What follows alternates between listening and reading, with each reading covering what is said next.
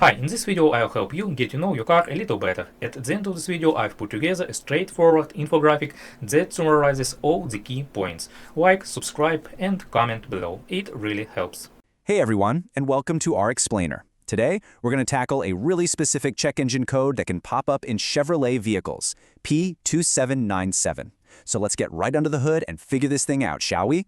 So, there it is, that dreaded check engine light, just glaring at you from the dashboard. You run a diagnostic tool, and it spits out this code, P2797. Now, I know, it sounds super technical, maybe a little intimidating, but what is your car really trying to say? Well, that's exactly what we're here to find out. You see, the P2797 code isn't just some random error. Think of it as a very precise signal that's coming straight from your vehicle's transmission. It's pointing directly to a specific part that, well, it needs your attention. Okay, so let's break it down. P2797 officially stands for Auxiliary Transmission Fluid Pump Performance. You're probably thinking, what's that?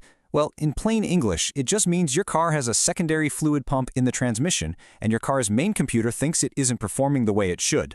This little pump is absolutely vital, and when it's not happy, trust me, it lets you know. So what actually causes this code to pop up? Honestly, the best way to think about it is like a communication breakdown. Your car's computer, the brain of the whole operation, is constantly talking to all the different parts. And when it sends a message and doesn't get the response it expects, it raises a red flag. That's your check engine light. And here is the absolute heart of the problem. It's a conflict. On one side, you have the commanded pump speed. That's what the computer is telling the pump to do.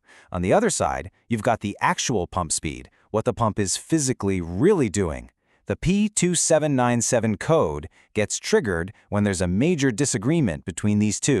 And we're not talking about just any little disagreement. There's a very specific magic number here, 500 RPM. That's revolutions per minute. So if the computer tells the pump, hey, I need you spinning at 2000 RPM, but the pump is only managing 1400 RPM, well, that's a 600 RPM difference, and that's more than enough for the system to take notice. But you know, your car is pretty smart. A tiny momentary glitch isn't going to trigger the light. This problem has to be persistent. The computer needs to see that speed difference, that gap of over 500 RPM, for pretty much a solid 4 seconds. This is how it knows for sure that this is a real problem and not just a temporary hiccup. So, what could be causing this whole mess? Well, it could be something as simple as the ignition voltage being off. Or maybe the pump isn't even getting the signal to turn on in the first place. And of course, there's that big speed difference we just talked about. The good news? For every cause, there's a direct solution. And that's exactly what we're going to focus on next. All right, now for the part I'm sure you've been waiting for. We're going to walk through a really straightforward 3-step diagnostic process to help you pinpoint exactly what's going on. Consider this your action plan. Here's the whole game plan at a glance. It's really simple. First, we're going to check the power source. That's the ignition voltage. Second, we'll make sure the pump is actually being told to turn on. And third, we're going to verify that speed difference. So let's break each one down. You have to start with the power.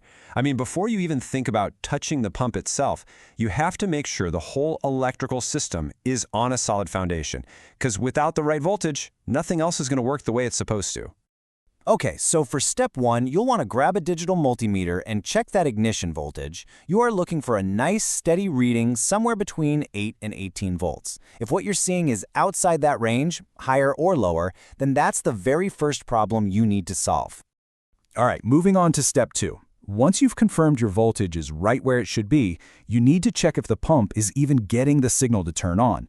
With a good scan tool, you can actually command the auxiliary pump to turn on manually.